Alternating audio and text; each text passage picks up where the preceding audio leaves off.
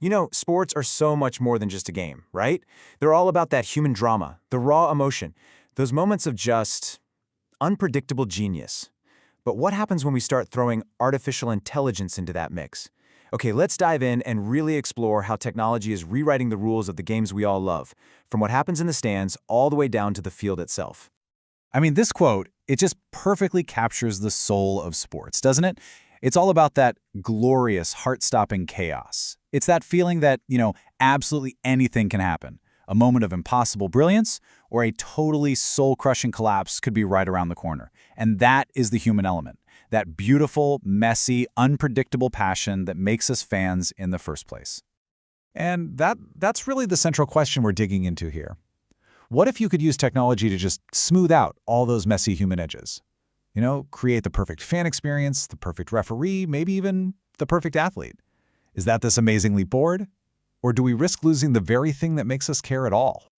All right, so let's start this journey not on the field, but actually with us, the fans. Because believe it or not, AI is already shaping how we watch, how we consume, and even how we feel about sports. And a lot of the time, we don't even notice it's happening. It all boils down to this one key concept: hyperpersonalization. So, what is hyperpersonalization? Well, you can think of it as the engine driving the whole modern fan experience. These AI systems, they analyze literally everything: what teams you follow, which articles you're reading, how long you watch highlights for, and they use all that to build a unique profile of you. And the goal is to give you exactly what you want, sometimes before you even know you want it. But of course, that convenience, it comes with a catch. And this is where we see a really, really fine line. See, on one hand, yeah, you get a genuinely better experience. You get relevant content, tailored offers. That's personalization. Awesome. But on the other hand, these exact same systems can curate your choices, subtly guiding you by exploiting our own natural cognitive biases. And that's when it starts to feel less like helping and more like, manipulation. So, how does this actually play out in the real world? Well, for one, AI can trap you in an echo chamber by only showing you content about your favorite team, which kind of narrows your whole perspective. It also powers dynamic pricing, where the cost of a ticket might literally change based on your browsing history. And, maybe most concerning, it fuels that seamless integration of sports content with betting recommendations, which is a trend that has regulators, let's just say they're paying very close attention. And look, this isn't just some theoretical problem. The risks are very, very real, especially for younger fans. I mean, in Australia, the government actually had to step in and ban gambling ads during live sports before 8:30 at night, specifically to protect kids. It's a huge reminder that while AI can definitely enhance fandom, it also creates these brand new challenges for protecting the sport and, us, the audience. Okay, so let's shift gears. We're moving from the stands and onto the field now. Because if AI is changing how we watch the game, it's also about to change how the game is actually played. And it's doing that by taking over one of the most human roles there is, the umpire. Think about it. For more than a century, umpiring was all about human judgment. Yeah, it was fallible for sure, but it was also trusted. The umpire's call, whether it was right or wrong, was just part of the fabric of the game. You saw them, they took the heat, and there was a real emotional connection there, even when you were screaming at the TV because you disagreed with them. Now, the AI umpire, that's a whole different beast. It doesn't judge the way a person does. Instead, it's using all these high-speed cameras and sensors to assess outcomes with something called probabilistic certainty. So it's not about what it sees, it's about what it calculates, the exact percentage chance that a ball would have hit the stumps, completely free from human bias or fatigue or pressure. So here's the bottom line. AI could completely get rid of one of cricket's most frustrating gray areas, the dreaded umpire's call. No more of those super marginal decisions, no more ambiguity. And AI could just say, hey, there's a 93% chance the ball hits the stumps. And that's it. Game over. The upside is perfect consistency. But the big question is, will fans and players actually trust a decision that comes out of a black box they can't even argue with? And AI's role on the field, it goes way beyond just making calls. Take a super high-tech sport like Formula E. Here, AI is basically a co-pilot. It's in the car helping teams optimize their energy use lap by lap. It's in the garage running thousands of race simulations to plan the perfect strategy. It's even coaching drivers by analyzing all their data. Heck, it's even making the broadcast more engaging for us watching at home. It's not just watching the game anymore, it's on the team. Okay, so we've got AI in the stands, and we've got AI on the field. But what about the final frontier? What happens when AI isn't just helping the players, but it becomes the players? Now, I know this sounds like straight-up science fiction, but this whole journey started way, way earlier than you might think. Believe it or not, all the way back in 2006, a researcher decided to build a cricket-playing robot for their master's thesis.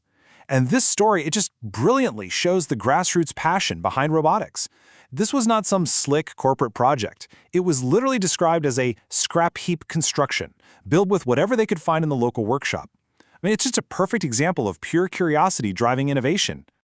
And the mechanics of it, they were just wonderfully simple, and that's what makes it so cool. The batting arm, the most important part, was powered by just a standard servo motor, a spring to store up energy, and a literal chunk of brass for the bat. It just goes to show you what's possible with a few basic parts and a great idea. The entire thing was built for less than 50 Aussie dollars. Incredible. So the ambition here, even with this simple design, was pretty clear. Create an affordable, reliable robot that could, all on its own, see a ball coming, aim, and hit it. It wasn't about being perfect, not by a long shot. This was a proof of concept, a crucial first step, really a stepping stone toward that much bigger dream of having entire robotic cricket teams. Okay, now let's fast forward to today. You have things like the RoboCup Soccer League, which is basically the modern evolution of that dream. Here, you have teams of identical humanoid robots playing completely autonomous soccer.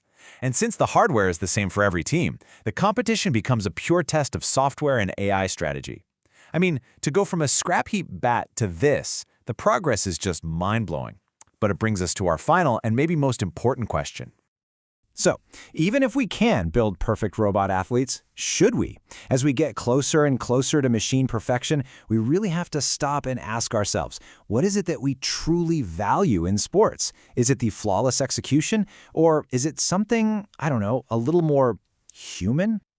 This quote from the Oxford Institute for Ethics in AI, man, it gets right to the heart of the whole thing. The fact that humans make mistakes is a feature, not a bug. Maybe all those errors, those bad calls, the unexpected failures, maybe they aren't flaws that we need to engineer away.